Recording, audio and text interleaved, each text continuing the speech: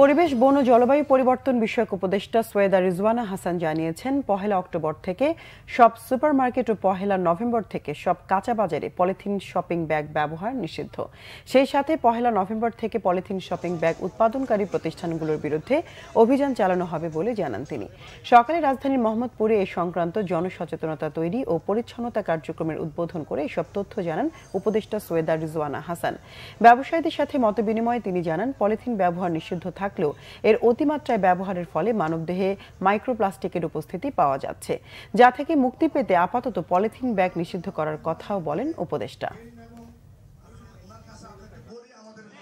1 October থেকে দেশে বিদ্যমান যে নিষেধাজ্ঞা আছে পলিথিন এবং প্রোপাইলিন ব্যাগের ভিতরে, সেটা আমরা সুপার শপিং মলগুলোতে প্রয়োগ করতে যাচ্ছি। 1 নভেম্বর থেকে আমরা কাঁচা বাজারে প্রয়োগ করতে যাচ্ছি।